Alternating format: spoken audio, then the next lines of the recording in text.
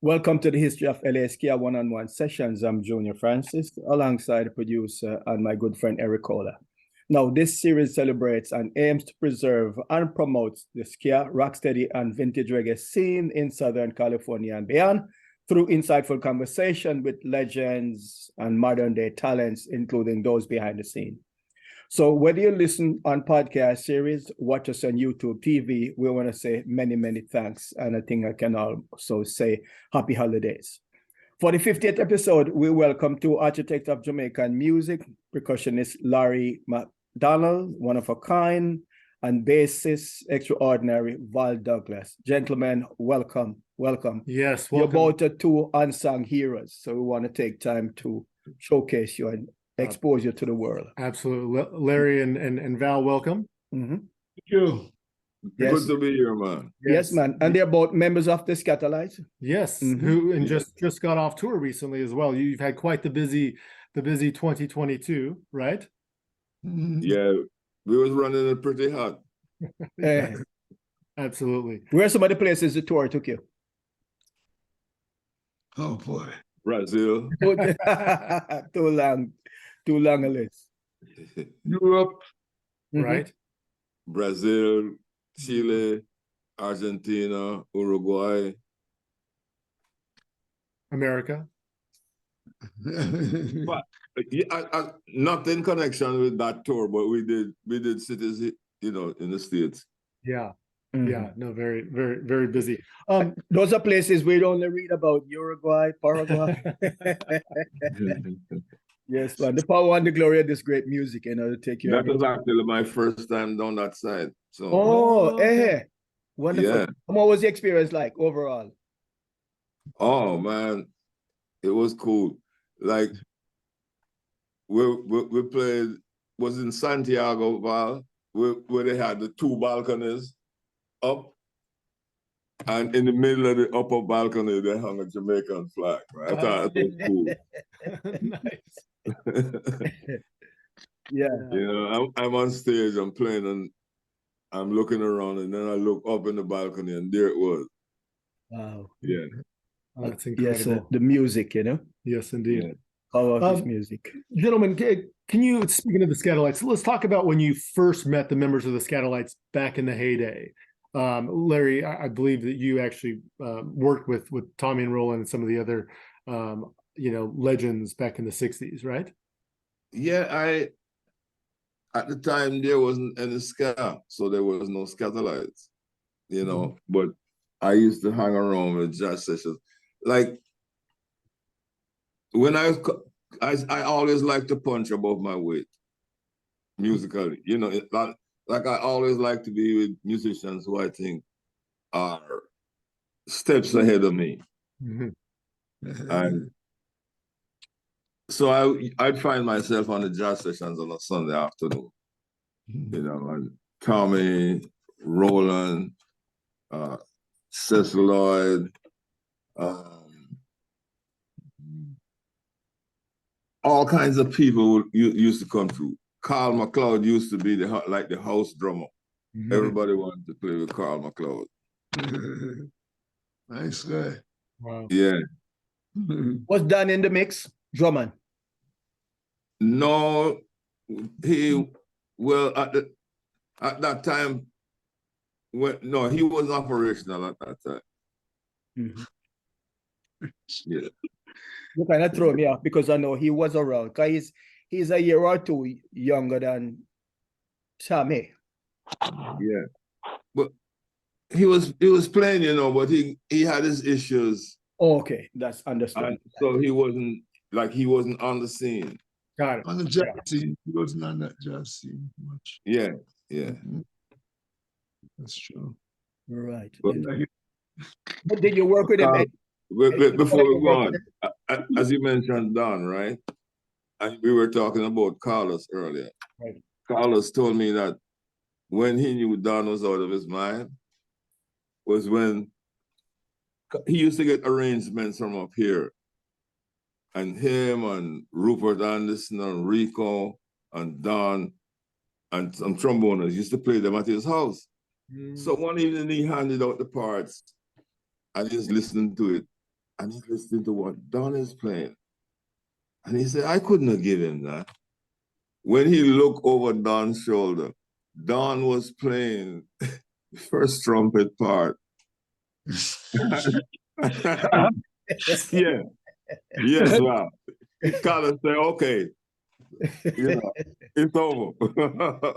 So many stories. He also share a story that Don, he also did a part for RJR. And he didn't have a part for Don with the trombone, and Don was blowing another instrument. And he said he went home for 3 weeks, he didn't pick up his trombone because he didn't know that you could use the trombone to play other instrument and it sound identical. So for 3 weeks, he looked at his trombone and said, no, we couldn't touch it. Don, on another level. Yeah. Here. Right. But you didn't get the privilege to work with him, right? Val? No. No. Too young. Yeah.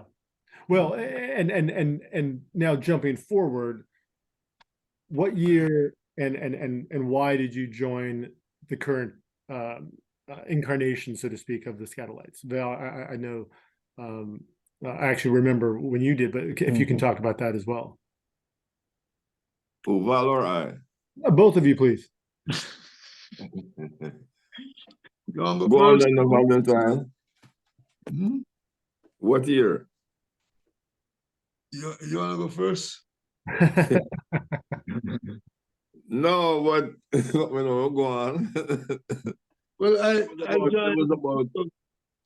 about 2 years ago, right? yeah. About 2 years ago. And but you know, there are a couple of people over the years who couldn't figure out why I wasn't playing with the Skatalites, or it's like you're supposed to be playing with them or whatever. And I guess a couple of people moved for it and it became a reality. Well, and we're all thankful for that. What happened was we did a live cast from the Sona Theater during the pandemic. Right. And after that, Flo said to me, you need to start referring to yourself as a part of the Skatalites. Wow. So I guess I didn't have an option. Nobody asked me nothing. They just tell me stuff. Yes, Well, sir. every time I come to New York, we always find Larry still. Yeah. Yes. So Val, what year did you join? Joined 2005. Okay. Mm-hmm. And that's when Brevet, right. Brevet, and them had their separation, divorce. Whatever you call it. Right. Yeah. And did somebody reach out to you? Yeah. I mean, Ken Stewart. Big respect to Ken. And, he reached out to me. But the thing is, though, I used to play, Tommy used to reach out to me, back in the 70s, 80s. And so I actually ended up playing on the album High Bop Ska. Oh, incredible. Yes, love that. So it was in 94 before I thought about joining. Right. So I was on that too. Yeah. I was on that. Wow, all right. Yeah. So I was always kind of in the wings, cause I did a bunch of stuff with Tommy for Japan and stuff like this, Right. So the foundation was definitely laid, yeah. So. Now, for a lot of Jamaican artists, people usually don't know their age and where they were born. They think everybody,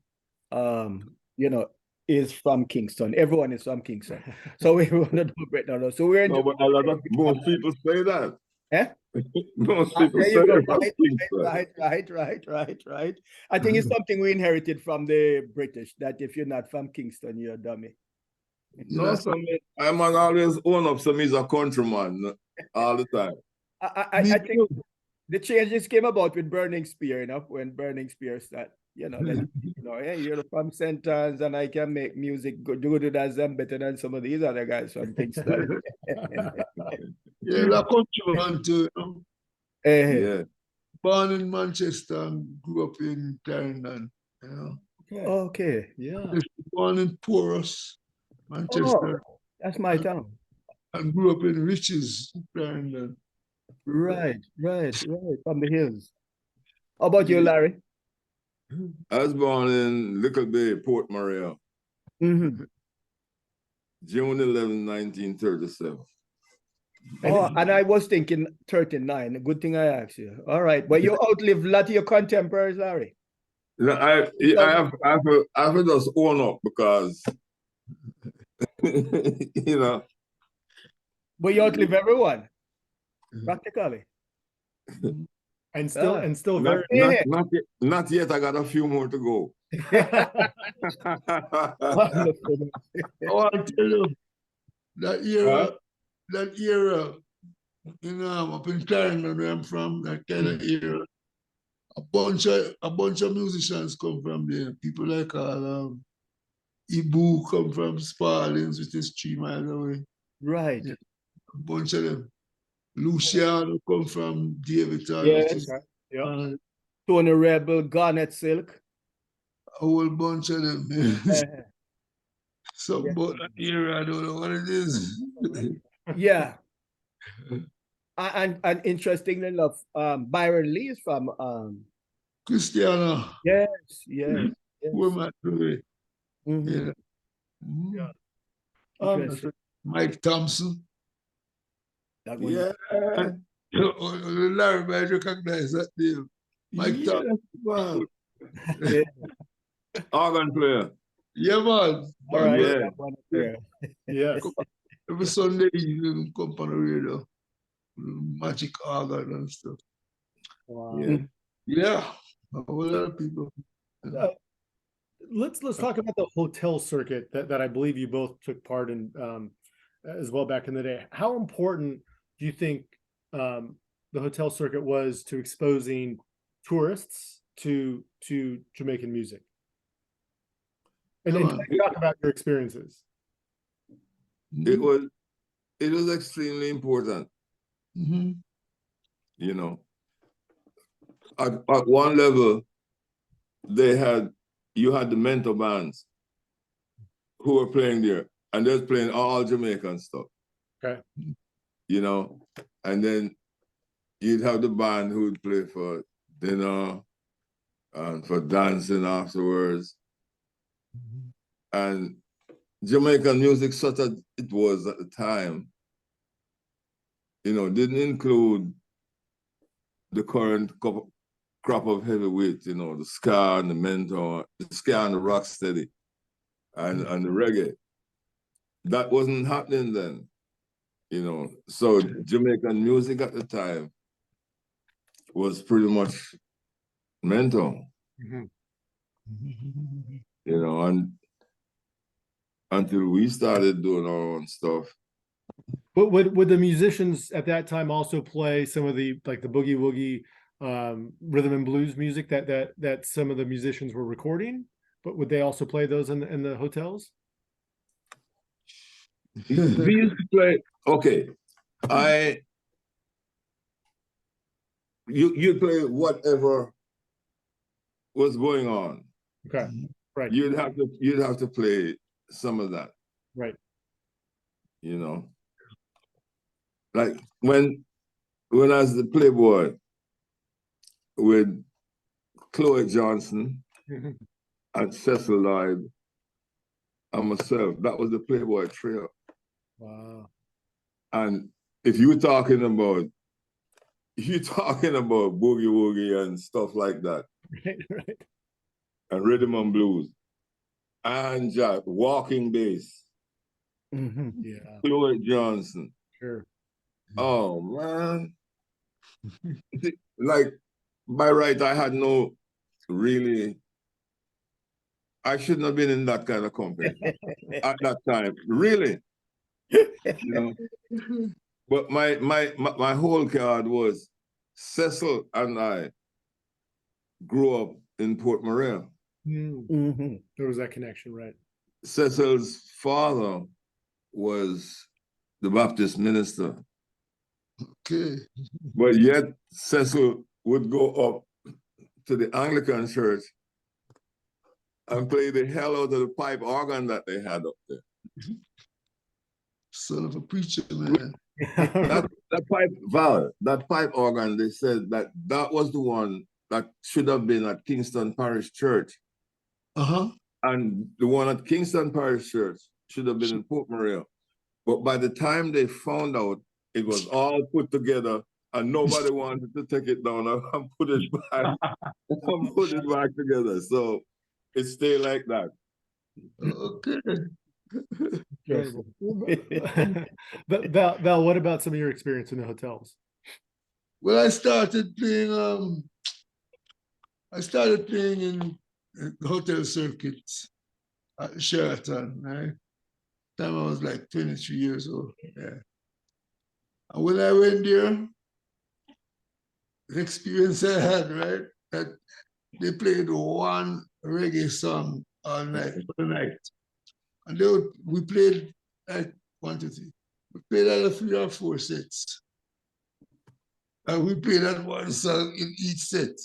Just to see we play reggae. Do you remember the song? Yes, sir. It was Johnny Too Bad. Okay. That was one song. But So why is that so? Why is that so? Because that is what was happening in the society, really. And what was the other music then? The other thing, we're playing things like wave and all kind of R&B, calypso, everything. Jazz. Yeah, jazz, a little bit of jazz. Yeah, jazz definitely. Right. You know, and Latin. Oh, certainly Latin. Yeah, when I went in, the drummer was Roger Bethelmy, and the guitarist was Clarence Wears. Oh. They had some serious Latin backgrounds, right? Yep. So I kind of grew up on that too, you know? Right. When I went in, Tyrone Downey came in a little bit after that, right? Yeah. He was good at that because he had been playing on the North Coast hotel circuit for like, he went and played there like 9 months or a year, right? But he learned a whole lot from there. And then he came to Sheraton. And even before he passed the other day, he was when I saw him in Europe, he was saying that he learned a whole lot of stuff from me, Clarence, and Roger, you know, because we had to play all that stuff. Yeah. But luckily for me, you know, when I got there, I'd been charting already, you know. I mean, I just started playing like 3 years before, Okay. but I've been charting big time. So they had a respect for me like that. Right. So, so when I would actually, you know, suggest and bring some local good reggae music into it. So we started adding reggae and things, like a reggae section, which was never heard of before. That was one Johnny Too Bad, but the next set Johnny Still Too Bad. And Johnny will forever be. But you know, but we really started that reggae thing, you know. So I had a section with reggae, and then after that, the other hotels, the hotels on the North Coast, started to follow because they would have a night, and most of them would have night off on Monday night. And when a lot of them were from Kingston, so them come to Kingston, stay the night with them, you know? And they would come and check us out and come listen to us, you know? They started playing more and more reggae after that, man. Right. You know? I read a while back where someone wrote authoritatively that what gave the Jamaican musicians a leg up is that in the hotels they were more or less forced to or played every genre of music. So that sort of give them a leg up.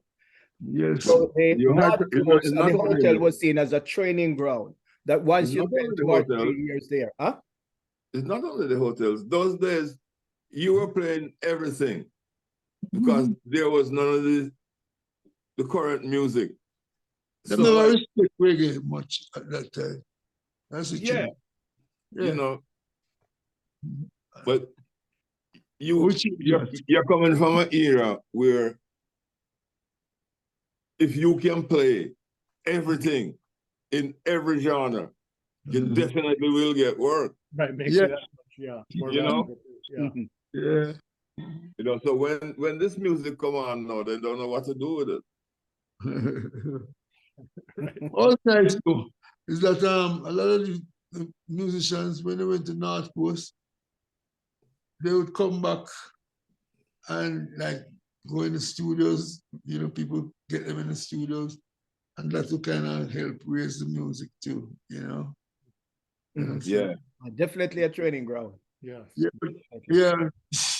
What's funny too is that you go there, you go to the North Coast for like a year, and like 6 years later, people will still thinking, hey, how's it on the North Coast? Yeah, yeah, that's the thing is still, It's right. you spend one season, Yeah. right? It's December to April. And from then on, everybody, oh, the Yeah. country, man. They don't expect you to come back, you know? We talk that again. Yes, sir. Larry, I want to ask you about a friend and a counterpart, Carlos Malcolm, and his Afro Jamaican rhythm. You did some performances with him. Tell us about it. Take us back, Carlos. He was still alive and well. We spoke to him a few months ago. Yes. Before you go back to that, Yes, hey, man. the first live band I listened to when I was 13 years old was Carlos Malcolm. Wow. Jamaican rhythms. With Larry McDonald Hey, and are you kidding? Mark Gardner and this Lascelles Perkins singing. I remember all of that because it was the first time I was hearing a live band. It was at the Ocherius, we call it, the Duns River Yeah. Festival. You remember that, Larry? So Yeah. you actually saw a live band for the first time. The first time, yeah, my brother took What an me. impression, yes. And who would have thought, right? You and Larry would work so close together over the years. So I'm glad you did a good performance, Larry. Yeah. I'm glad it wasn't shabby because I know how to hear about it now. Would have better play music, but if I see you guys doing it and so good, you know? Yeah. So boy, Yeah. really play something up there. I was sure it was bass, but I thought about playing Larry's instrument. I was like, yeah, the conga sound nice. But, you know, anyway, Yes, sorry sir. go on, Larry. Yeah. The distinguished and eminent Carlos Malcolm. You working with him? That was like another school to me, you know. Being with Cecil and being with the musicians in the band all week for like 4 months. You know, you learn stuff, you know, when guys practicing, you know. So that was one school. Also, Carlos was another school. Another school was Janet Enright, Leslie Butler group. Like, I learned like so much. Everything that I learned about, I still can't write a chart, but I can do an arrangement. Okay. You know, but just by listening to from them to Tommy to Roland, just listen to all them talking about the music, what they want, and all this kind of stuff. I was like a sponge, man. All that stuff. You think I went to school? I didn't do that. I just knew it, you know. Carlos, I don't know, and Carlos, I don't think Carlos really cared about being famous or nothing like that. What he cared about was how that music sounded. Yeah, that How that bands, Carlos didn't care about nothing but that. You know, anything else, he was just doing it to get back to that. Right. And see, that kind of dedication, if you keep being exposed to it, it'll rub off on you. You know, so that's why I get my whole attitude towards the music from that. Like I might do some outrageous things, but it's because I know how far I can go with it. You know? boundary. Yeah. What I learned from Thomas and all those guys at the jam session was that, look, you can play anything you want, you know, but just don't get in anybody's way. Yeah, find your spot. As long as you don't get in anyone's way, you can play anything you want. Yeah. And so, you know, I didn't have constraints of Yes. chords and melodies and all that. So I just drop it my style. Right. And how many years did you play with Carlos?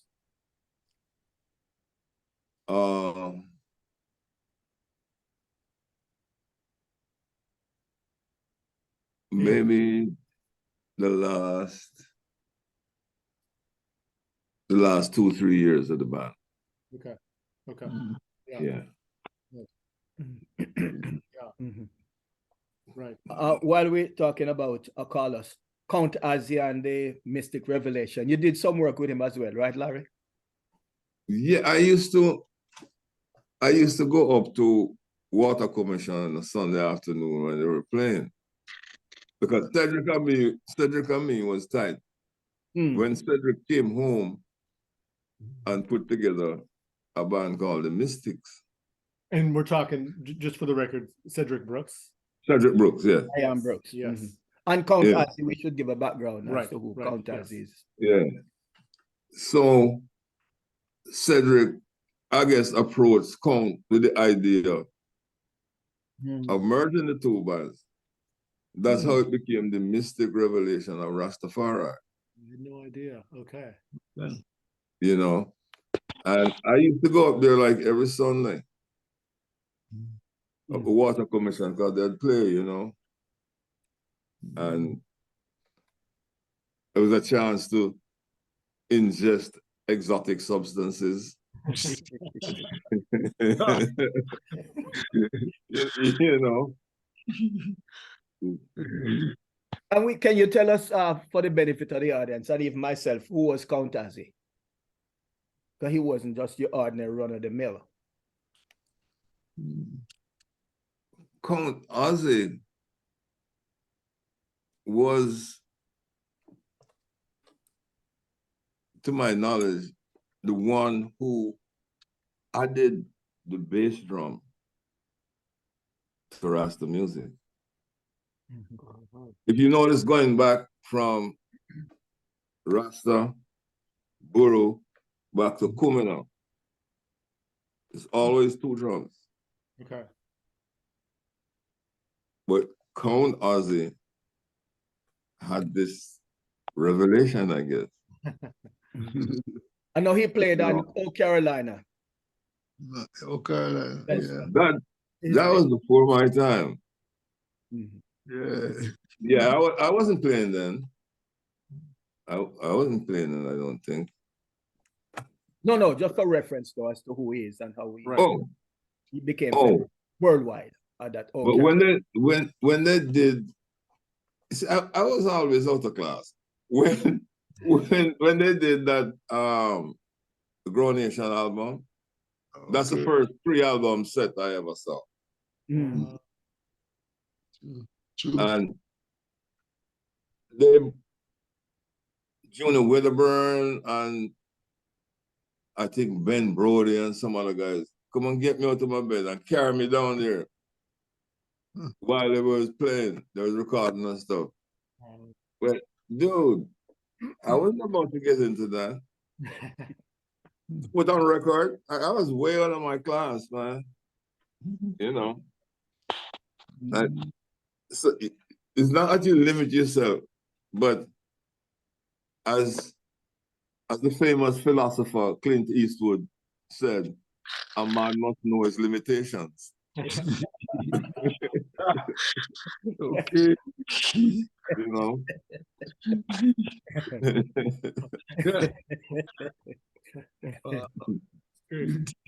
Okay. Yes. DJ Clint Eastwood. Well, I must say now that in this version of myself and in this incarnation of the band, like, is one of the most accommodating situations to the way I play. You know, because I have been taking from the indigenous rhythms and sort of bringing them to the Congo. Yes. Mainly because that's what I wanted to play, and I kind of stubborn with that. Which the conga drum is not a typical Jamaican instrument. No, not really. Right. I mean, there have been people who played them, but right. You know, but not as much as other types of hand. No. And Val, you touched on this earlier, and Larry, I've heard you talk about it, but the influence of Cuban music, right, on Jamaican music, right? Can both of you just touch on that, whether it's in general or whether it's specific to your influence? In general, yeah. The thing is, some of the best musicians in Jamaica were born in Cuba. Right. You know, I mean, Tommy McCook, Roland Alfonso, you know what I'm saying? Yes. Rico was born there too, I think. Laurel Aiken, I think, right? You know, Rita, right, yeah. It's a long... Plus, you know, you hear people say, boy, you're always cutting like a Cuban radio station. Yeah. Well, Cuban music. Right. You know what I'm saying? Yeah. On the radio. So it creeps in, you know. Really, yeah. Cuba's 90 miles away, you know. So right. Yeah. So it would step on our station like you know. And some incredible you know, drummers and percussionists in Cuba. I mean, yeah. The US used to, you know, blast regular US music. Is it, I think, from New Orleans, right? You know, a lot of time at night. Voice of America. Yeah. Every day at 4 o'clock. Right. So Cuba had to put up their music high too. And you could hear Cuban music now around the clock on the West Coast. Yeah. So we got it, you know what I mean? Got influenced. See, I was listening to the music, Cuban music, when Castro was still in the mountains. He hadn't captured Havana yet. Wow. After that, you couldn't get any Cuban station, any American station, because they were jamming. Yeah. When the curtain came down, everybody was jamming everybody else, so you couldn't get none of that stuff anymore. I used to listen to Radio Havana, and they had a theme song that they play every half an hour. And it featured a Congo player named Tata Weenis. I used to listen to that station just for that brief station ID every half an hour. That's it, right? Yeah. Yeah. And if you listen to that movie that Ry Cooder made down in Cuba. Buena Vista Social Club. Yeah. If you listen, I want you to go back and listen to when the piano player was explaining. Ruben Gonzalez. Yeah, he was explaining that the mambo was too complex for the tourists. Okay. And so they decided to do the cha-cha-cha.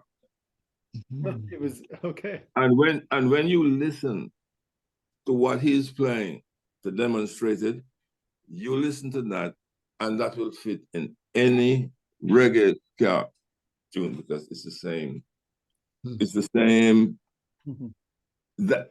I want you to check it out, Val, and tell me what you think. Okay. I'm gonna watch it again tonight. Seriously, when he's explaining the change from the mambo to the cha-cha-cha, Right. and listen to it, and if that is not, that is like, it could be reggae. Okay. Yeah. Yeah, man. No, Val, the list of artists you recorded and tour with, we would need a whole day to go to the list, but let me touch on some of the bigger names. Peter, we can't even do them by first name. What the hell? Peter Toots, Delroy Wilson, Dennis Emmanuel Brown, Sister Marcia Griffiths, Joe Higgs, Abyssinians, Burning Spear. I'm going to stop there. But I also want to mention Mano de Bango. I think he's still alive. No, he passed. He was there. He was from Africa. 2 years ago. Yeah. Years ago. So tell us about working with some of these musicians. Well, I mean, different stories for each person. That's why I cut the list short. Man of the Bango. The man them have a minute because it's going to take a minute. You know, so. That's all right. Yeah. How about Mana? We have two brains. Yeah, but the man was a cool guy. I mean, when them come to Jamaica, they kind of come knowing that you ain't coming to come push your stuff on anybody. Coming to get stuff. You understand? You're coming to get stuff and put your thing on it and see if it work out. You know, so nice to work with him. It was all right, man. Man of the Bango. So call him Mango the Bango. You know, yeah. Yes, sir. Well, Yeah. I did some of the album, you know, I did tunes like Goro City and Sawa Shura. Yeah. That was crazy. But I actually played Madison Square Gardens with Manu. Really? I didn't find out. Manu the Bango,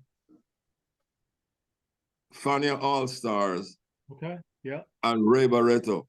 Wow. This was like in 1980, 84 Yeah. or 85, somewhere like that. Yeah. What a show. And I did a soundtrack for a movie that was produced by Ozzie Davis called Countdown at Kusini, Kusini. And he, like again, I shouldn't even be in that room. No, you can't. Listen. You had Buster Williams on bass. You had Cedar Walton on piano. You had Tony Williams on drums. Manu de Bango, myself, and another percussionist named Chuggy Carter, who used to play with Donny Hathaway. Oh my gosh. Yeah. And up the latter. Heavy. I shouldn't even have been in that room, yo. No, but the real great guys make you feel welcome. Yeah. The real great guys to have tremendous respect and appreciation and admiration for Jamaican artists. Yeah. Which is how Cedric, Ian Brooks said he got his job. All the American bands wanted him to bring that Jamaican touch. Yeah. He had lived in America for a while. Right. Was always getting called, bring that Jamaican touch. Yeah, man, a really great guy make you feel welcome and thing, man. Yeah. Yeah. Yeah. Eric Gill and all them guys, Richard. The insecurities that I had, it was my fault. It was I was thinking all this, you know. You generate that They yourself. didn't. They never generated that. Well, They didn't give that to me. That was my paranoia, you know. well, Dude. I'm not sure how much that held you back though, Larry, based on your career. Huh? I wanted to go back to the Jamaican artists that I met. Any outstanding or not necessarily outstanding, but memory that you bring to the table from working with some of these Jamaican artists?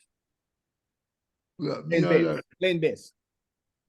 From Burning Spear, Peter Tosh, Toots, Me? Marcia Griffith, Sister Carol, can't leave out the lady. Well, everybody no, man respect, man, you know. The more respect you get, is the more respect you get. Put it that way, you understand? Yeah. So yeah, from them here, and especially when you record a lot, 'cause I used to record a whole lot. Right. See, whenever they see you, maybe they see you for the first time, you're coming to them with them knowing that, oh yes, it's him that play breakfast in bed. There you go. Oh, sir. 19. Is it that play? Oh, I'm so much trouble in the world. You know what I mean? That kind of thing. So you get that respect. So you can be free Mhm. to do your personal thing, you know? Yeah. Yeah. I mean, I'm proud to say that, you know, not every bass player can say this, but more than 95% of the songs I played on was just my thing. Nobody never even say, most of my say, tell you the key that they want it in, and that's it. You know, a lot of times they used to say, boy, I have an idea, but Dougie, let me hear your one first, you know? And then they hear your one and say, yeah, it's all right. Yeah, hold that. Ready? So take us back to that 1973 Breakfast in Bed, Lorna Bennett. No one knew of her till Harry J and assemble the band, huh? No, Bass line, immortal. That drum roll too as well, but the bass line. thank you. Yeah, but that one, that when we recorded that, right? The evening was the last tune we were recording. And Harry J was like, you're not sure if you like that. You're kidding me. Boy, you can't give me a bass line like what going out there, you know? Which at that time, he had Joe Higgs going on the chart, going up the chart, right? With Say This World is spinning around. Yeah. It's upside down. Yeah, I'm gonna say, well, hear me now, RJ. If you don't like it, cut off a piece of the tape that I give you, right? You look at me like, all right, we'll come back tomorrow, right? You say, yeah, man, we'll come back tomorrow. So the next day we go back and think, we say, what the tape go? I say, no, it's all right, it's all right. Number one. So he listened, because a lot of these so-called producers, what they would do is after you finish record, they would have some friend who's another producer, or who have a sound system, have them pass through, you know, and listen to what you just did and say like this, and they might say, yeah. So you might leave the studio in the evening and not sure if it's going to be accepted the next day. Next day, go back here. No, not touch that. It's all right, yeah. It's all right. So that was the thing with Breakfast in Bed. Yeah, man. Another big one was at Ernest Simmet. Ernest Simmet wrote a song for Johnny Nash, I think. Oh yeah. Tears on My My Pillow. Pillow. Yeah. Big number. Yeah, that was a big number. That was funny because I played that song, right? I think Tyrone was on it too. Tyrone Downey was on it too. And Robin Lane and Paul Douglas was on that too. Yeah. I'm willing enough. I played that. And what was it like with Johnny? See, my name Johnny Nash. Yeah.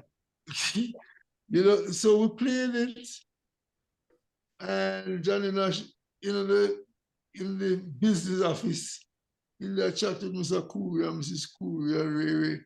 And they were finished, they called him all, and him and Mr. Cooley come on and come and listen to it, you know.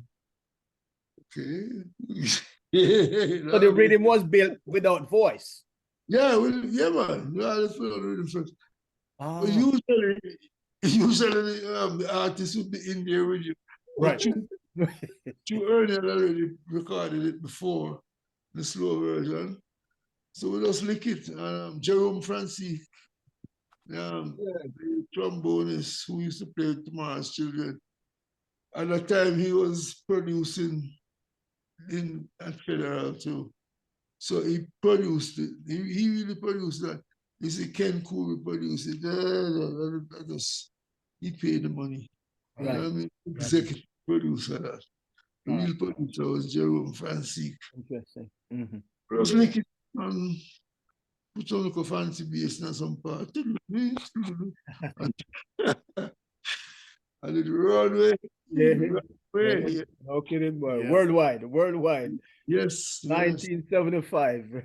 Right. Yeah, man, it's wonderful, real. And you work with the king of reggae, Bob Marley. You did a punky reggae party that was produced by Lee Perry, huh?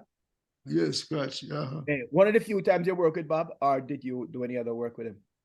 One of the few times, because Bob wasn't even there. They had tried, like, first of all, the record is in England, right? With Third World up there. Something didn't work out. They recorded it Aswad up there. Something didn't work out. Scratch Carrot from Jamaica, recorded with Boris Gardner. Something still never worked out. Oh. So him calling me and Sly, the two of them, bass and drum, because there was like a hitch in the music at one point. The fourth time was a charm in this case. The what? Fourth time was the charm, right? So me and Sly, so we were supposed to play with it and when we get to that point, we kind of try and smooth it out. Sometimes you can do that. But this hitch was so bad that we could not smooth it out. No way. So after running it a few times, we said, no, we're going to be here all night, right? Because we're at Joe Gibbs' studio. I'm going to tell Errol Thompson was the engineer. I said, Errol, when you get to that point, just pull out everything else and leave me and Sly alone. And we just play through the rest of the tune.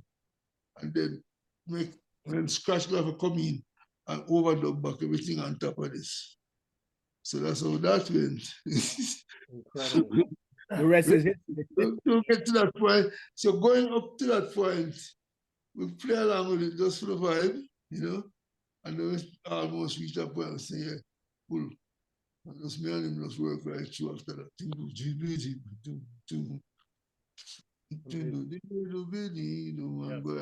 So that's how that went. Right.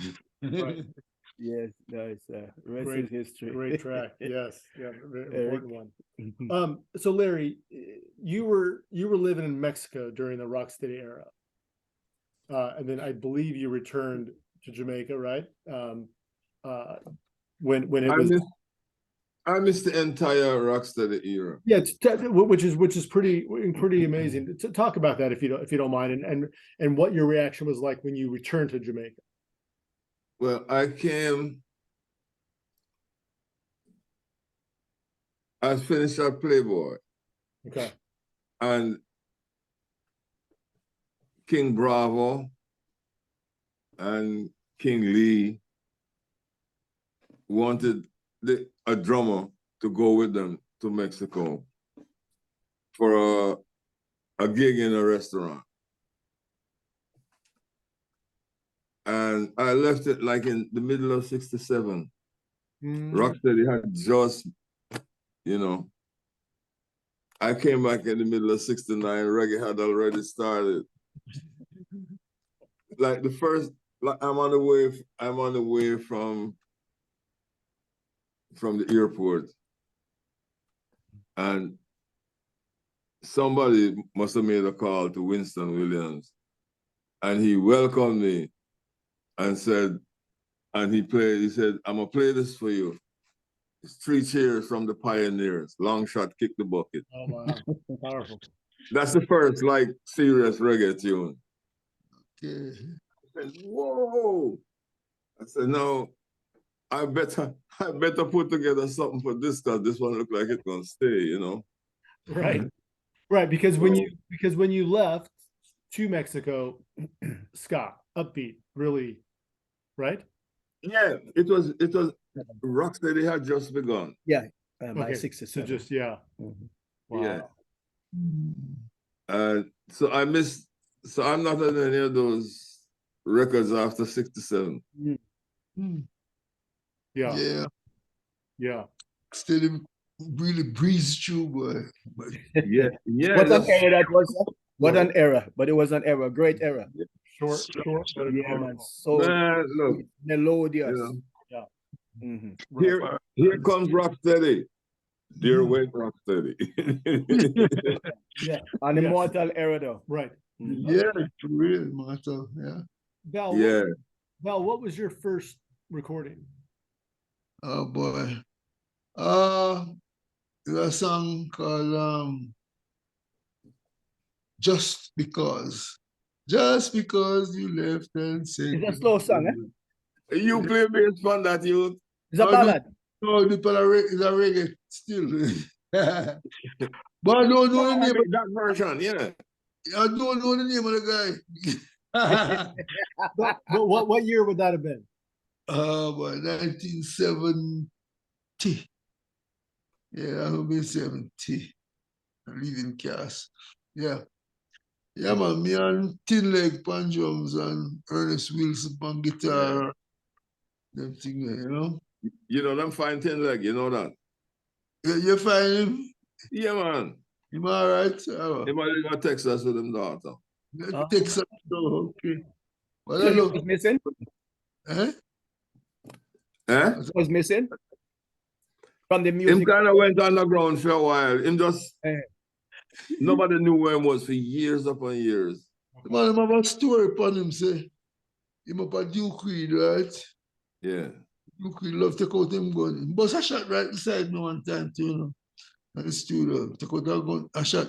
Him bust a shot with me. But anyway, we Tin Leg, apparently, I don't know the music sweet him out. But Duke Reed take out the gun and go, bow!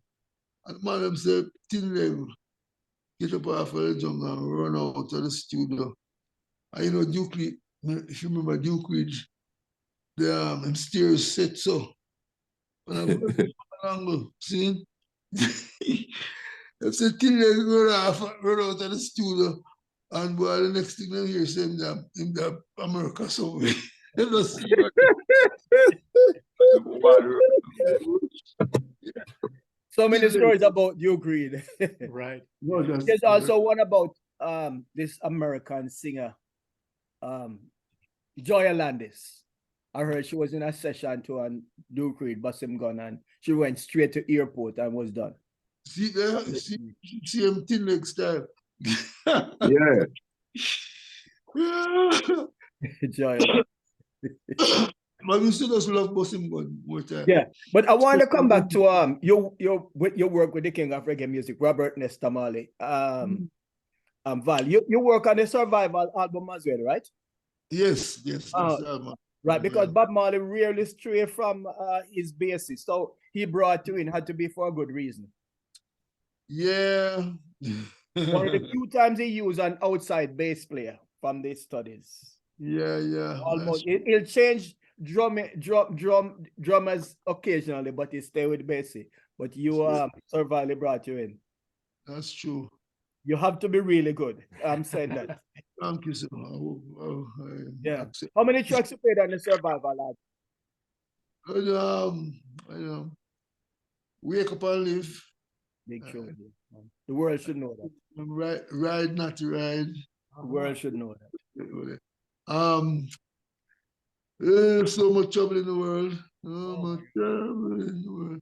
Yeah. And Yes, line youth. song album, right? And the other one was They Don't Want to See Us Unite. Oh, All I want us to do is keep on. Top ranking. Top Yeah. ranking. Yeah. Top ranking. That's the next one. Heavy ones. So you get royalty check from those, or was it a flat rate and thus your Well, from them, I got flat rate. Good Flat rate. rate. But them start pay like about triple scale kind of thing. Or something by like then that. that man was on top of the world? But I'm just saying how you don't So- get a monthly or a quarterly check from Now you have a thing called PPL, right? uh-huh. PPL pays out like 4 times a year. Mhm. So let's get a little check like week Right. before last. Oh, A okay. Christmas thing, you know? So what was going through Bob's mind while he brought you in? Like I said, this is one of the few times he didn't go with his Well, the thing is, Tyrone Downey, I have great respect for me.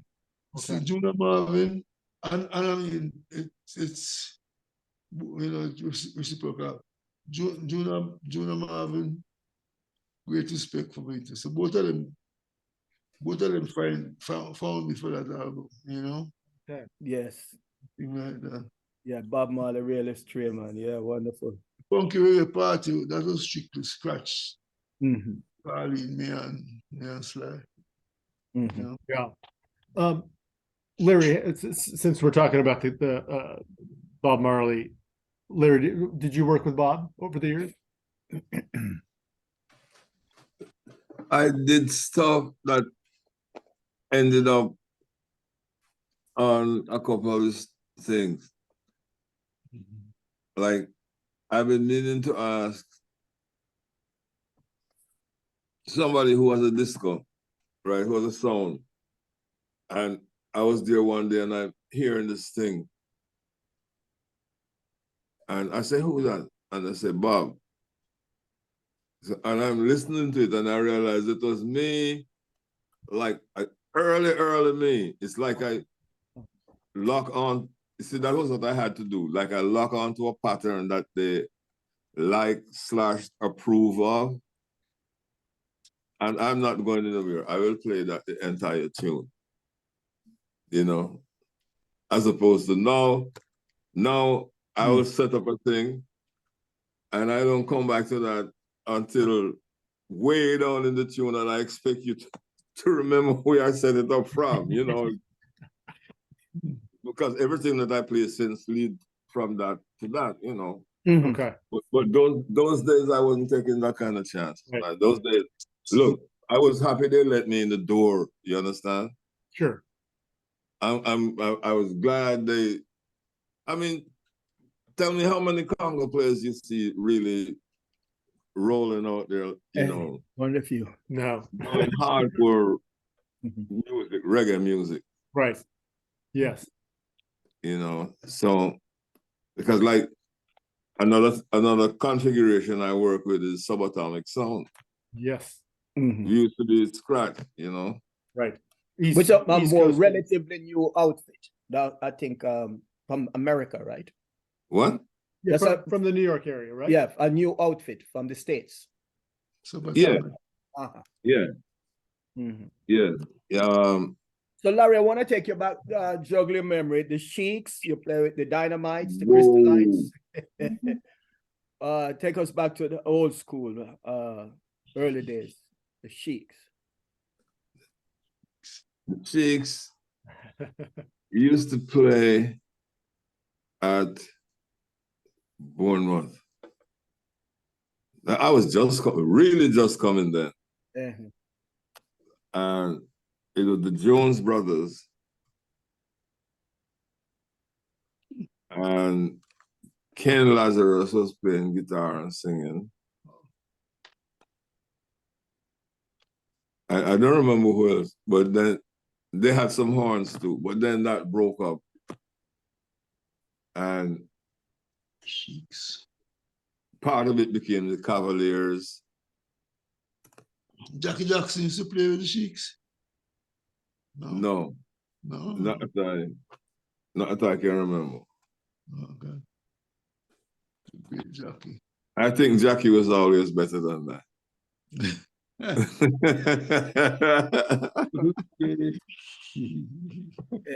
So you guys were really just starting out. So then from there you went, you also not went, but also did work with Clancy Eccles, the Dynamites, right? Was that Clancy Eccles band? Yeah. The Dynamite, look, it's the same set of guys pretty much. When they work with Clancy, they're the Dynamite. Right. When they work with Derek, they are the Crystalites. And it's like, it's pretty much the same when they work with 90s, another set. So people try to create a different sound for each producer? Well, the song, to a large part, dictates what it wants you to play. Right. That makes sense. Mhm. You know, Makes sense. That makes you're working blind, you never heard this before, and you're going to have to play the performance of your life on this tune. You know, so that's all you're fixated on. Right. It's playing something that passes the cringe test. Like, what I mean by that is, I will let something of mine be released if when I listen to it, it doesn't make me cringe. Right. You're not embarrassed by it. Right. Sure. Yeah.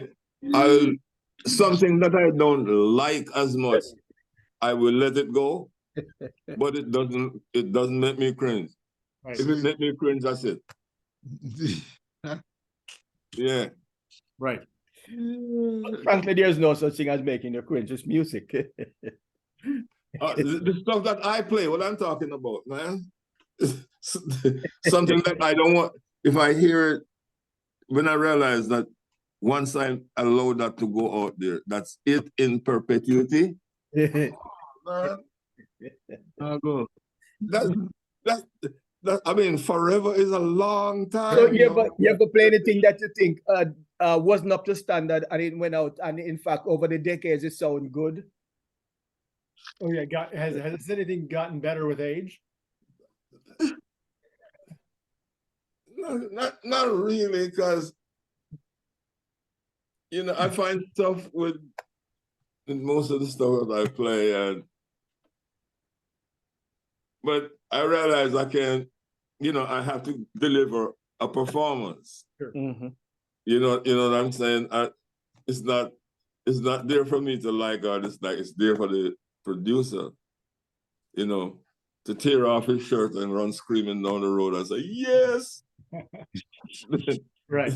That's what I'm there for.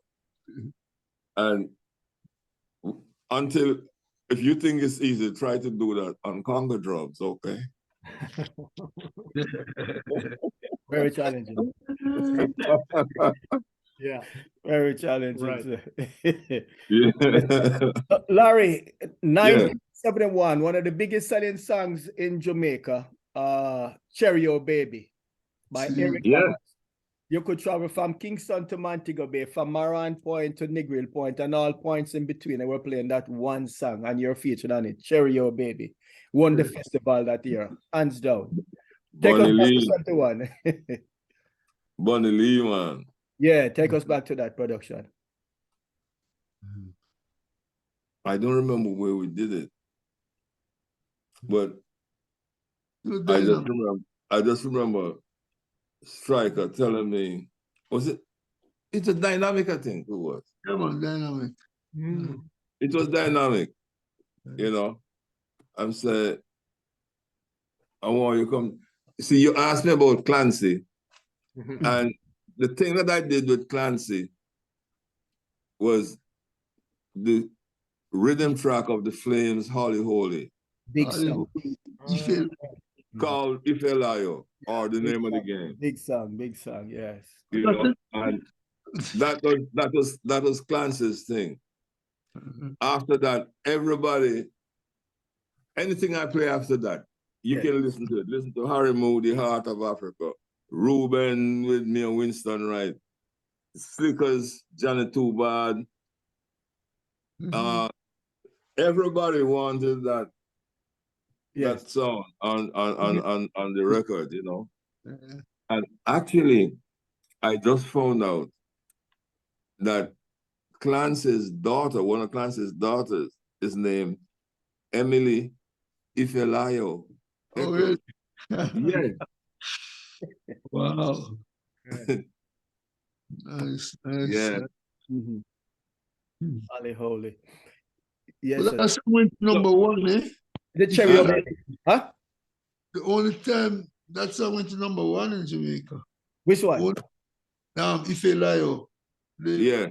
the rhythm track to Holy Holy. Yep. Those Yeah. are the American song, right? American Yeah, song. Neil yeah. Diamond wrote it, but the Flames did it. Yes, man. Killer version Yes, for yes, Clan yes. Circles. Yeah, Yeah. brought a lot of The Flames lot did of that. Yes, Mhm. yes. It never happened again. First the time a Congo played it. You understand? First, number Hit the one. top spot. Yeah. Yeah. Mm. And it's held up. It's held up Yeah. amazingly over the years. So, and speaking of over the years, the Eric Donaldson song for a significant number of years remain as one of the top songs by Jamaican writers, not foreign writers. That is one of the best songs of the past 50 years. Tell us about the production. Who, me? Yes, because you were on it. No, yes, but I just came in. I just came in to lay my track. Okay. I was in the studio. Mhm. You know, a couple of months ago, Stewie from the Cables, Yes, man. Yes. Stewie get into an argument as to what instrument was making that song. And Stewie let the guy know that he was standing right over my shoulder when I was doing that. You know. Great memory. So I have a witness. Yes. Yeah. Yes. I forget him say that on video before I'm going in. Right. Right. Before I go, you know. Absolutely. That's a must. Yeah. Yeah. Big song, Cherry Baby. So Val, Yeah, man. you've worked with as Junior rattled off some amazing singers over the years. A couple of the most soulful ones, in my opinion, the late Toots Hibbert, you had a chance to work with, and Ken Booth, Mr. Rocksteady. Talk about working with both of them. Mr. Booth. Well, with Toots had his group, the same group Larry tell you about. That name, I have one name with Clancy and another name with Derek Harriet and Yeah. and that's what like with Jackie Jackson. Okay, yeah. Paul Douglas, Hux Brown, Dougie Bryan. Yeah. Winston, right? Big name. Right. Big, yeah. Yeah, I'm glad I'm piano. Yeah. So I wasn't in that. When I came on the scene, them guys were established already, you know what I'm saying? Yeah. Actually, I heard they didn't quite like us when we just came on. Making trouble. But we had to get cool after her, you know. But I could Toots them a tour with Toots, you know. I toured with him from late 90s into early 2000. Wow. You know. But recording wise, I think I recorded like maybe 2 songs with Toots. Yeah. I can't remember them name right now. It was no big thing. But toured the world, all different parts of. Yeah, well, mostly America I toured with him. Okay. Jackie usually go with him Yes. on the European side and another guy, you know. So that must have been the first time I saw you. Then was with Toots. Where? That was probably the first time I saw you performing was with Toots here in the 90s. Okay. One of the reggae festivals down here. Yeah. Okay. Yeah, I'm now remembering. Ken Booth, you know, I started recording him shortly after I started playing in the studio, you know. But by the time he had gone through, he was Mr. Rocksteady too, you know. Right. Yes. So I used a bunch of them songs, you know. But I actually played on some deeper songs, you know, like Black, Gold, and Green and stuff like that, you know. And I think you didn't you do the Is It Because I'm Black, right? The yes. yeah. I mean, his rendition of that is incredible. Classic. It is. It really is. And give a vibe, you know, just like Bob. Yeah. Bob, you really feel a Right. extra vibe, you know. The Yeah. man, them come from somewhere inside or so, you know. Yeah. Yeah. You understand? Right. Yeah. Yeah. So they really like get you to go inside there too. You know? Yeah. Yeah. Yeah. Yeah. On the surface. A voice of gold. Yeah. Yes, sir. We've had the pleasure of working with him over the years. Yeah. I will respect you guys so much. And when you start playing some stuff and you start, whoa, you know, you feel like, Yeah. you know, Yeah. Sure. Yeah. Yeah. like, wow, you know what I'm saying? Yeah. Mhm. Absolutely. So Ken Boone, nice, great guy to, and the thing with him too is that he's another singer who plays an instrument. You know, so when you're going down the tune, you play the organ along with you. Or so. Okay, I didn't know that. Right. And make somebody else play, but at least running down the tune, there with it, you know. Yeah. Right. Yeah. No respect for the man, no one. Yes. Yeah. Yes. Larry, 1974, Taj Mahal. How did you make that connection? I had come up in December 73 to an organization called the International Jazz Library, which was run by a cat named Bill Barnwell, who was down in Jamaica. Flautist, right? Huh? He's a flautist, right? Bill Barnwell? Bill Barnwell, yeah. Did you know the flute? Flute and sax and Fender Rhodes. I know of him. And he used to have these jazz sessions up at UWE Performance Space and bring down people like Chris White and bass player Chris White and bring them down to play. And he left and went back home. And I got a letter from him inviting me to come and play and teach at the International Jazz Library. I mean, this again, I'm out of my depth, right? But right place, right time, always. I'm going, you know. Yeah. So we moved from there to Hilton Head Island, from Indianapolis to South Carolina. And found myself newly independent on August 4th, 74. So I came up to New York to visit my girlfriend who was working at the Jamaica Tourist Board. And I met this guy who is a Jamaican, was up here for a long time, and he was in the business. So I went home and the phone rang and it was him. And he said, well, I just met you, but I didn't know you was you. And blah, blah, blah. So I said, well, yeah, the last time I looked, I was me, you know? So he said, look, Taj Mahal just finished doing this album. And he did Johnny Too Bad and Slave Driver on it. Now, this is 73, this album, he's doing this, you know. Yeah. So he was really into the reggae thing, kind of early. Yeah. And would you like to come with us? So I said, yeah, I just lost the gig down there. I said, where do you want me? So he said, I'll call you right back. So about 10 minutes, I'm calling. He said, can you make a 12:30 TWA flight from Kennedy tomorrow to San Francisco? I said, yeah, I believe I could make that. Went on the plane. Taj met me. Went in the car and went straight into rehearsal. Wow. And that was the beginning of it. Val, you have to hear this about Wire now. Yeah. we are on the road behind this album, so we get to New York.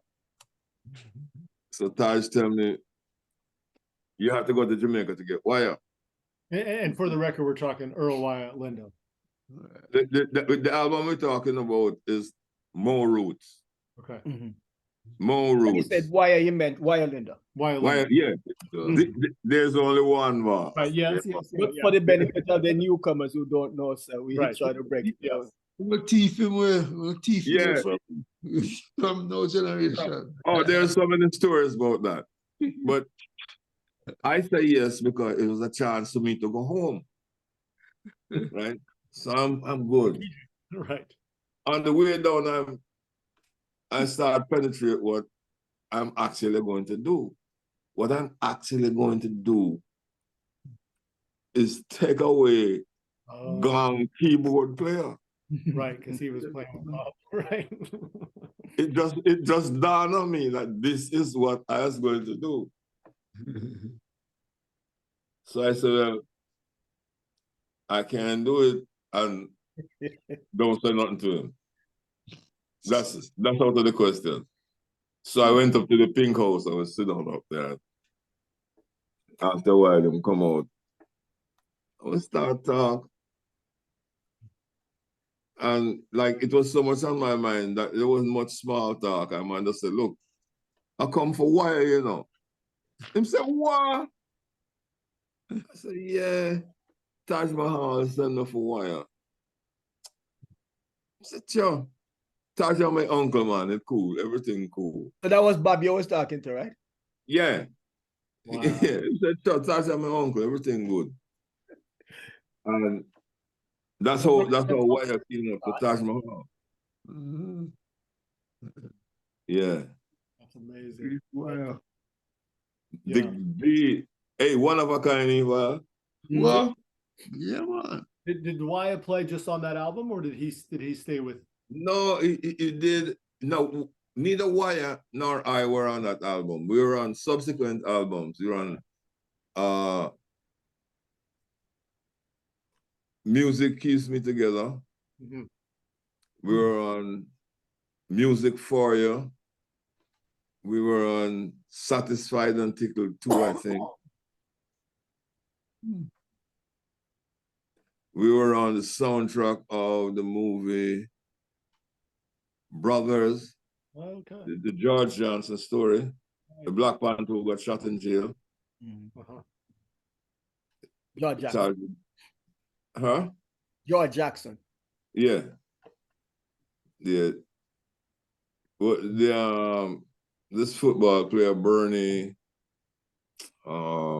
he played George Jackson. He's an actor. Yeah. Tell us a little bit about we talk off the air about Gil Scott-Heron, working with him. One and only Gil. Oh. One of the finest poets of all time. One of the greatest minds I ever come across. I don't want to reduce him to a poet. Great mind. One of the greatest minds I ever come across. Like, so after we did the More Roots album, he said, you want to come on the road with us behind this album? So now this is 2 big jobs I'm getting back to back in America. And it's reggae. Reggae bring me to both of them. Pretty amazing. Yeah. You know what I'm saying? So when everybody's talking about I left the music and gone, I never left the music. The music carried me a certain place. Definitely. See? You know? And so I had to go do that. And it took me, okay, what really freed me up was I was at Gil for maybe a year. So I said, yo, man, how come you never tell me anything you want me to play or what you like or what you don't like? He said, look, man, I know what you got. And I wanted what you got in what I got. So what I'm going to do, get you in here and then tell you what to play? About freedom. Yeah, right. You know? And I use all those 20 odd years to bring what I was working on to this point. I was listening to a 13-minute version of Angel Dust just last week.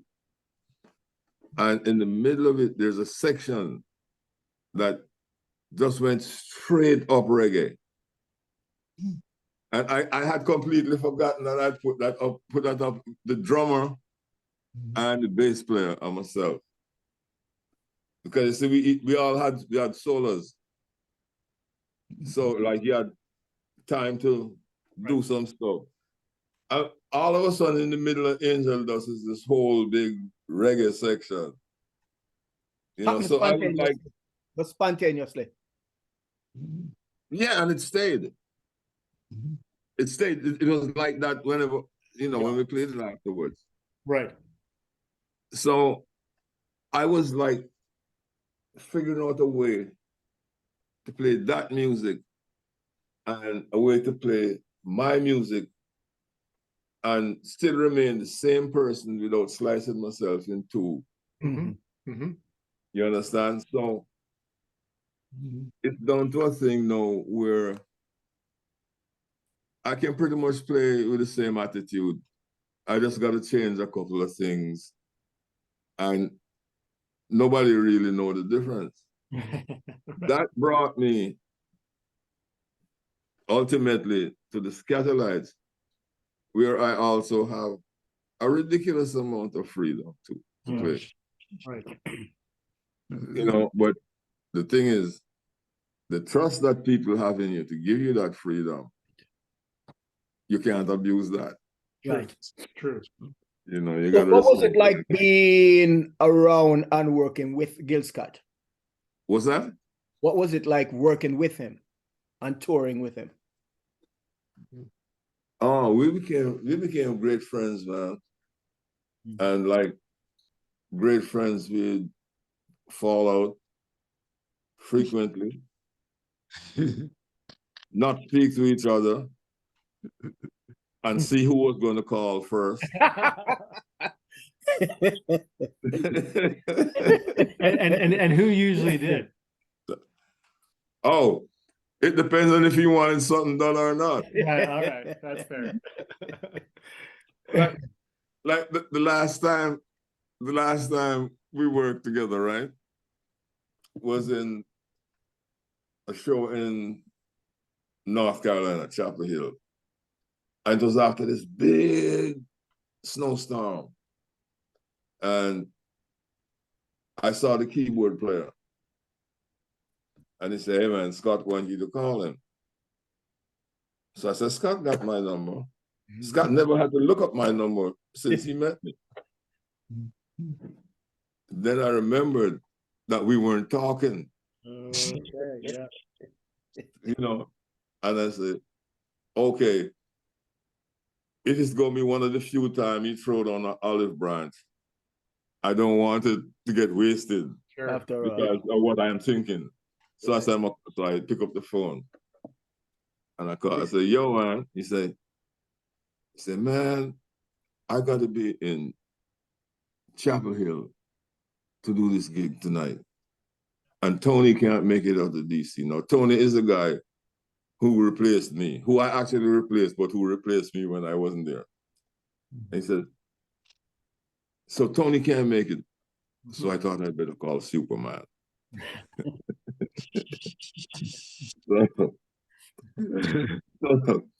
So when I hear that, you know, I know straight BS coming, but actually he need me to go to work. Right. You know, and I so I said, yo, what time is the flight? He said, well, actually you should be at LaGuardia right now.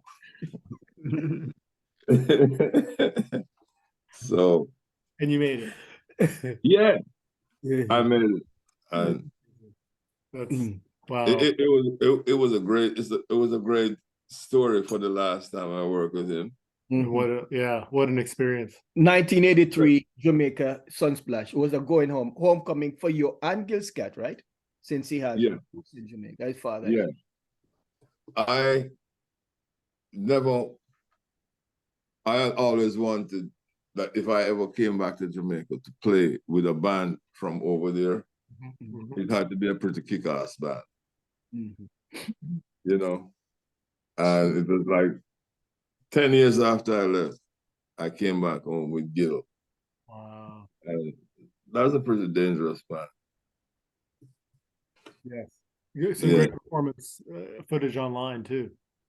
Yeah. Yes. There's the movie of that. Right. It's called Cool Runnings. Okay. Not the bobsled movie. Right. Yeah. 83. That's the year that the Skatalites Reformed. Yes. Rejoined. Right. I was so happy to see that, man. I just fanboy the whole time. I just thought, yes. No, it's that's a must see for whoever has not seen it. Absolutely. Yeah. Val, question for you. Yeah. Now generation. Yeah, man. Right. You were involved in forming that. To talk about what year and some of those musicians and why that group was formed. I didn't form that group really. You didn't form, okay. You joined it. Yeah, I joined it. Actually, the bass player before me was Ras Carby. Singer, sorry. And actually, he had just gotten a scholarship because he's a very good artist, right? He just got a scholarship to Fashion Institute of Technology. Wow. So he was going away. So they needed a bass player.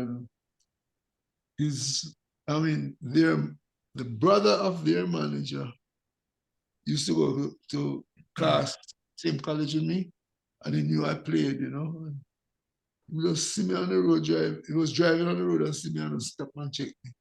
I said, what? Come lead a little band. And I said, oh. All right, I come and listen to it, right? So I went and listened to the band Sunday evening, and I like the band, you know. I said, yeah, man, we come, you know. So I'll go and rehearse with them and stuff like that. But the personnel of that band changed pretty awful in the first part, you know. So it ended up with me getting Mikey Chung to come play keyboard. I had to come a keyboard player. I couldn't find one and get Mikey Chung from Virgin. And after that, we got Wire came in after that. Okay. Well, not right after that, but further down. And Jeffrey Chung came in, and Sparrow Thompson came in as drummer. Okay. Reunion, eh? You know, really good band.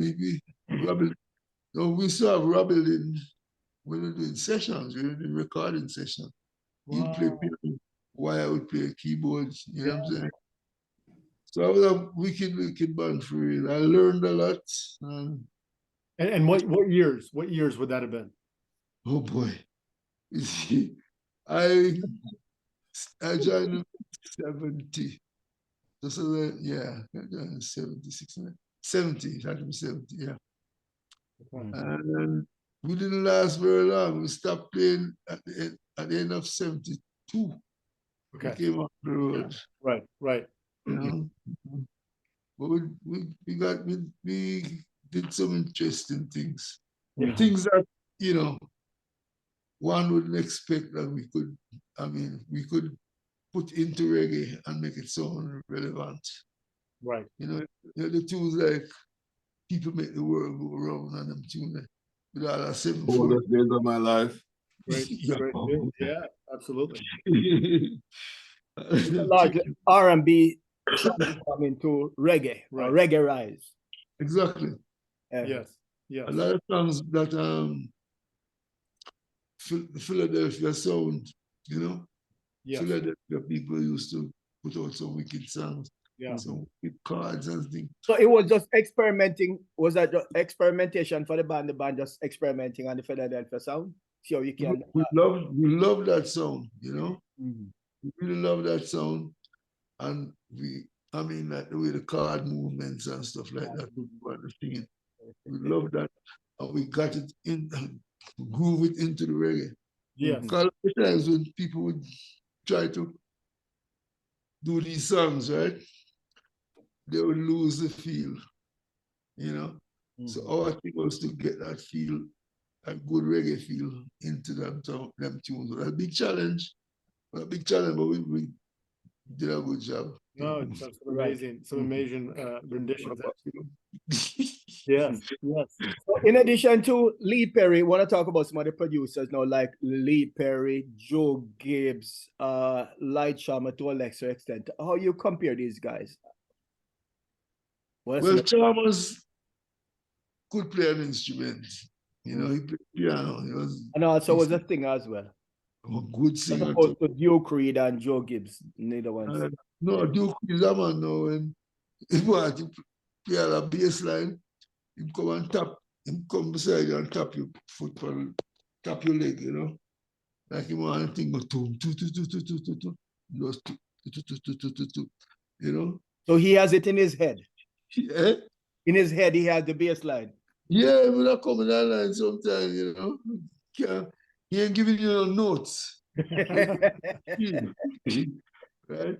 But like some come with a pattern then. Yeah, man. Right. Him come with a pattern and not come with a line. A pattern. Which is because we took put up and when they want that space in those where the man play your foot so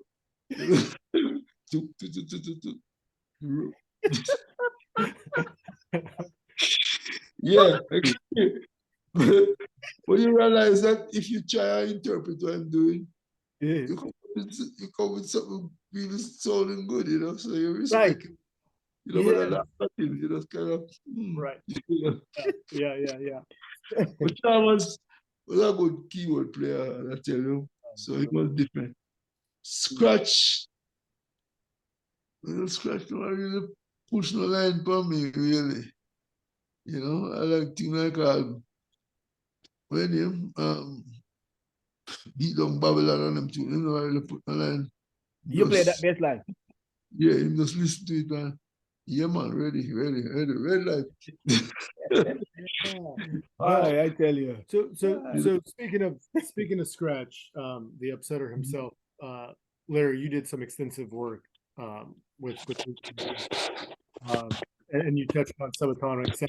Let's talk about how all that came to. So what?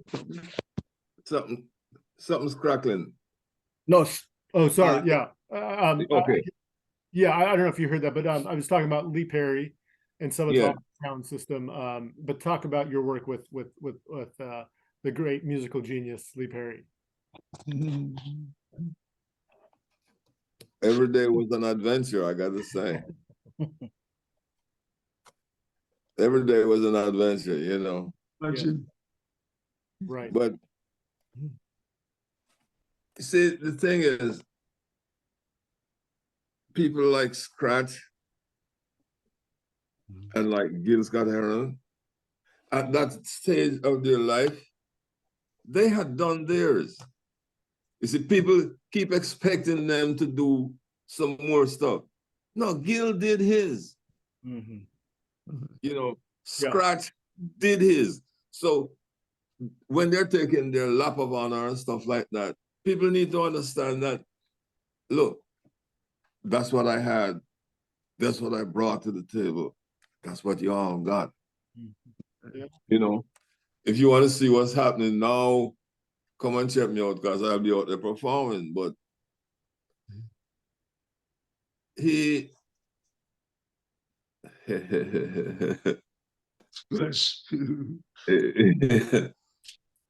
one day we had a day off and we were in Kansas City. And it's right near a barbecue joint. and everybody's talking about their barbecue. So the Emsh, the band leader wasn't there. It was just me, the sax player, and Scratch's Minder, who was his son. Okay. I'm at the barbecue joint, my phone rings. Larry, you have to come down here now because they're getting set to throw us out of the hotel because Lee and the cleaning lady got into a thing. I said, what? I tell him, hold the barbecue. I'll be right back. Right. Go down there. I took the front desk man and I said, what's the problem? She says, well, she went in to clean the room and he intimidated her. Intimidated. I just scratched none of them things there. So I said, give me a minute. Let me go find out his side of the story. Scratch said, look, she go in the bathroom. I tell her, don't touch anything in there, or don't touch this, don't touch that. And as I turn around, she go to touch it, and I turn around and I say, yo. And she run out of the room. So I go back down to the desk and I said, well, this is how the thing went out. And she say, yes, but the cleaner didn't know any English. I said, right. And Lee don't know any Spanish. Right. You know, so how we gonna get tossed out for that? Right. Yeah. And we got it cooled out. But right now he didn't even know that we almost got tossed. Right. Yeah. Yeah. He didn't know. You know. Wow. It was fun. Like sometimes he pick up like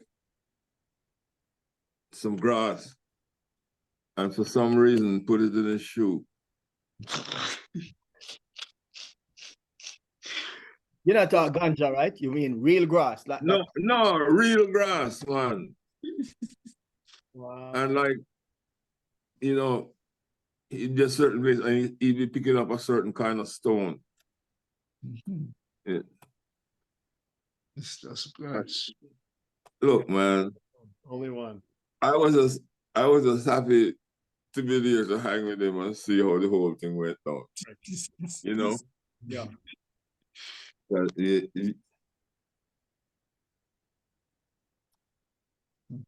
Yeah, I kind of miss him, man. Yeah. You know. Of course. Mm-hmm. Yeah. That's like watching mixing. Oh. Yes. When we reach out to the part where the bridge come, it's like him like him a lasso. Yeah. When we reach the bridge, go.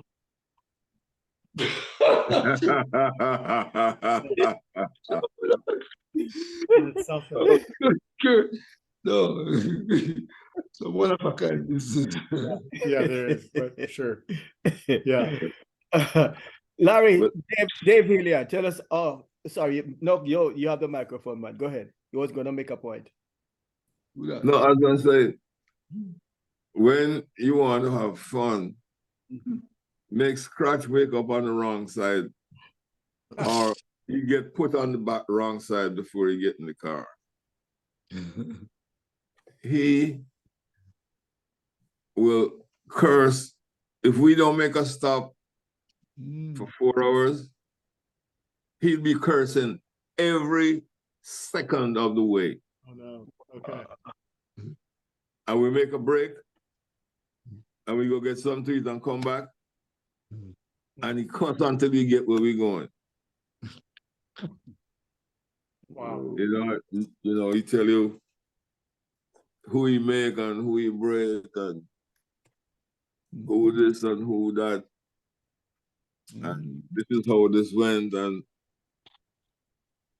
it's not for me to talk all that stuff, man.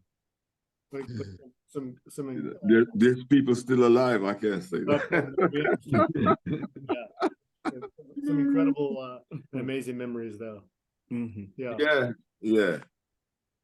So I was asking about Dave Hillyard, so the American Dave Hillyard. Yeah, and how you met Dave and the Slackers.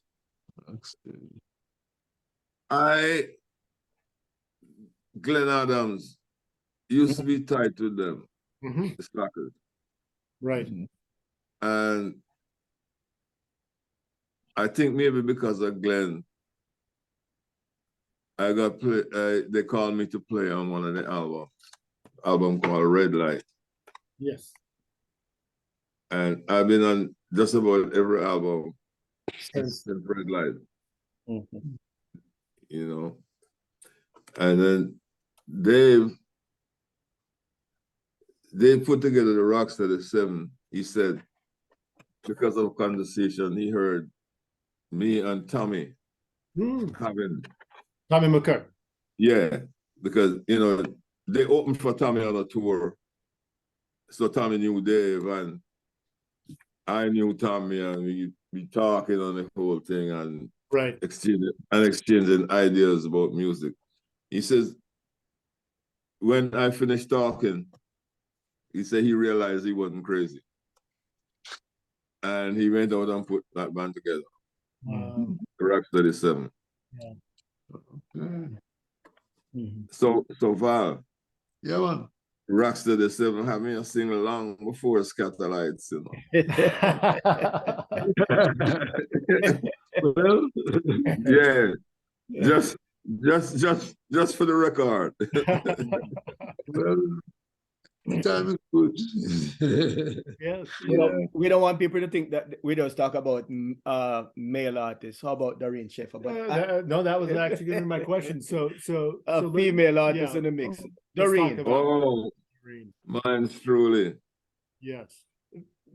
So yeah, she hasn't been out these past couple of times because I think she has a knee situation that she needs to get. That's what Ken has told us, right? And she needs to get it looked after.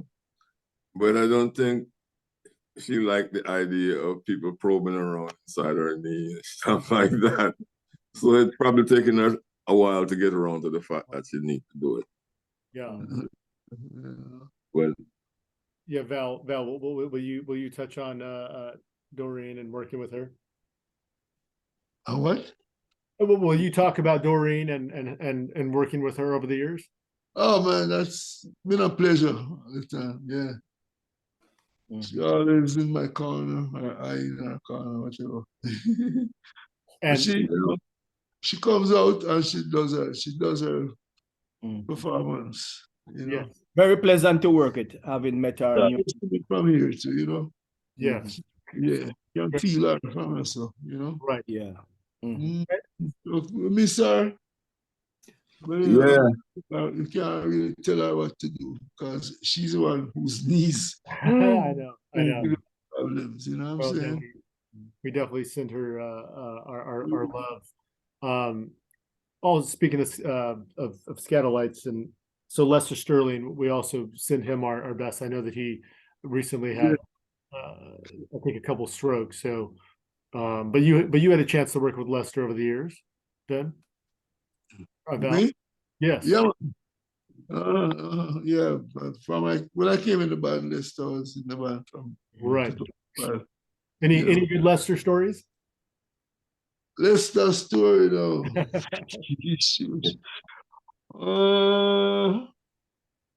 Not really. But he's another one who, when he comes out to play, he plays and he just has something about him, you know what I'm saying? Yeah. Yeah. And doing thing and he enjoys himself still, you know what I'm saying? Right. Yeah, and you know his song, The 60s and 70s, dangerous. Oh yes. Yeah, you know Lester's sound, Yes, right. He got his own sound. Signature sound. Mm-hmm. Yeah. Yes. Was it? I've been hearing him from you know, he used to play with Byron Lee, you know. Yeah. And he used to tear it down, but I used to give him a section sometimes and just play things like turn up, spleen, spleen. A lot of work for Prince Buster as well, too. Oh, yes, yeah. He was a crucial part of that. Well, the story with that is, which one of them songs now?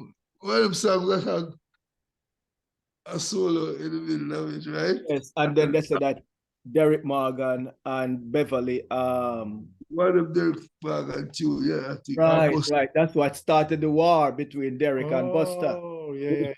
Yeah, Buster. Go ahead. With the solo go. I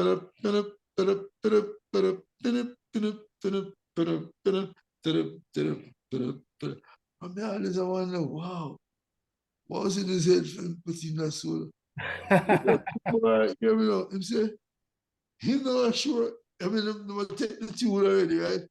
I'm not sure where the cards are go. See, so Just follow the card. The card go pin up, you just pin up again. The card go again and them did it. Him say, boy, I'm not sure where that going on. He just find a way for go and come out on a wicked solo, practical solo. Yes. You know. So then now they say that Beverly's now stole that and put it on one of Derek's song. I forget which one, but it wasn't the identical solo. Oh, okay. Blackhead Chinese. Blackhead Chinaman.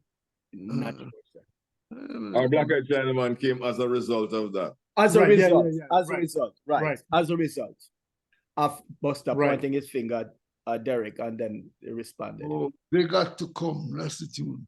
Yeah. It's the tune with the solo. The solo on. It's like catch him off balance and spin it. Well, I mean, all I admire is honesty, you know? Yeah. Not sure the cards are going about that. And it almost started World War III in Jamaica. Right, yeah.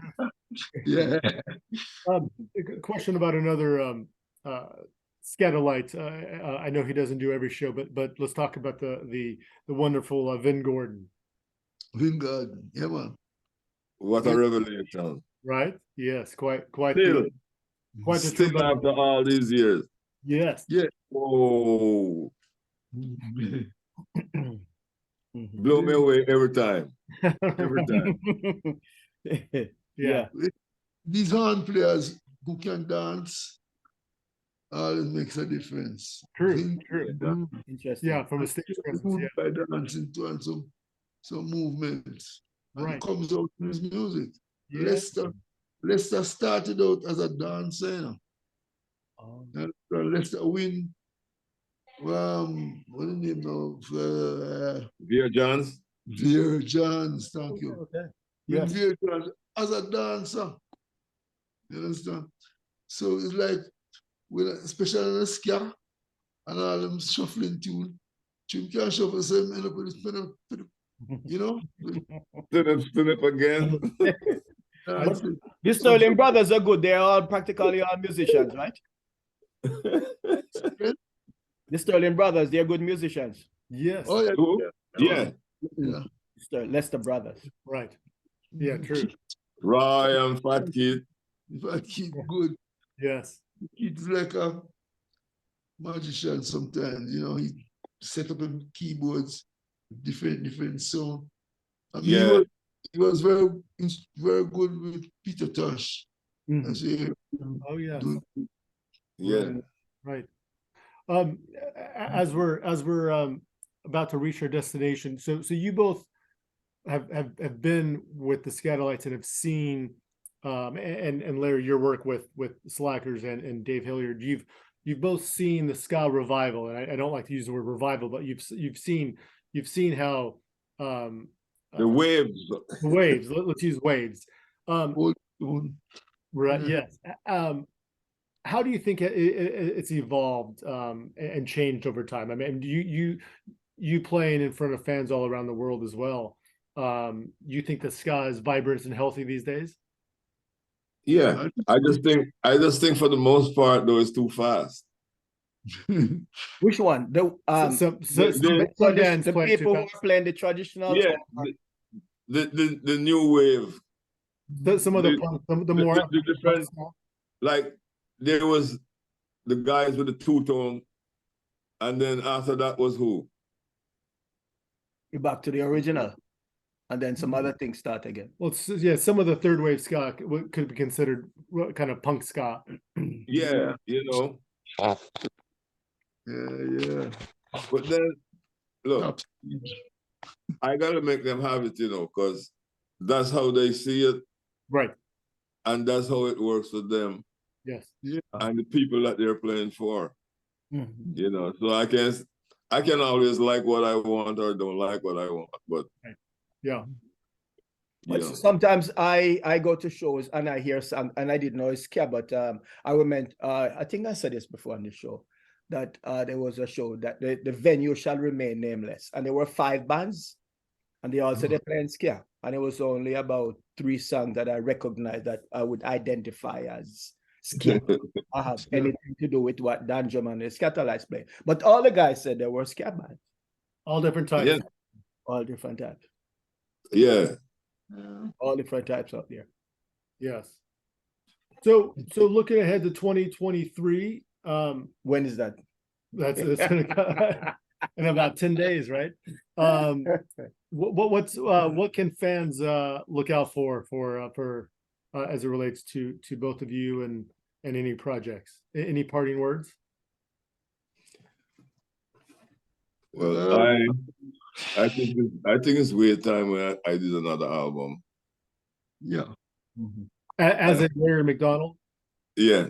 All right. Yeah. And I So think, put the word out there for a producer to contact you. what's that?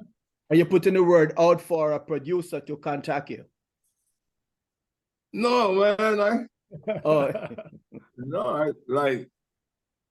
Look, if I need help, I know where to call. of course, of Right. course. Yeah. I put in a call to Mexico City. Nice. Call in Mexico. Yeah, man, it's like, Okay. I think so convoluted. I have the ability to explain what I want to the person who's going to play it. Right. And make it make sense to them. Yes. So, I kind of rely on that. Okay. Right. I just think if it's in my head, I can explain it to you. Right. Yeah. Well, but I want to do another album. nice. And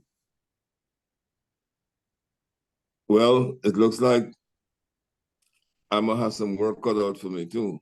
We know you're coming out here to Los Angeles with Dave in the Rocksteady 7 in February. Yeah, and the next week I'm at the Cali Vibes Festival. It's Subatomic. Along with- Yes.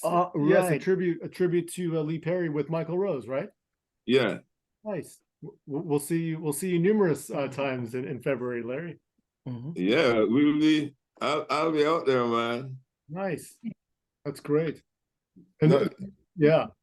Which show you coming to, or you don't know yet? We will for sure. I think all 2 of them. Yeah, we'll see it. We'll see you 2 or 3 times. Val, what about next year for you? Who knows? There should be no rest for the weary. No, I think we're off. We're off in February and maybe March. Okay. You do any solo project outside of Skatalites? You do anything solo? No, there have been requests. I'm sure. Yeah. We still don't put an album together yet, Right. It's like time has changed so much that you can't just say put an album out there and expect to have good returns just like that. Yeah. People love it and all that, but nobody buys records really much. Yeah. That's the era we're living in, sir. True. Yeah. So, gentlemen, any parting words?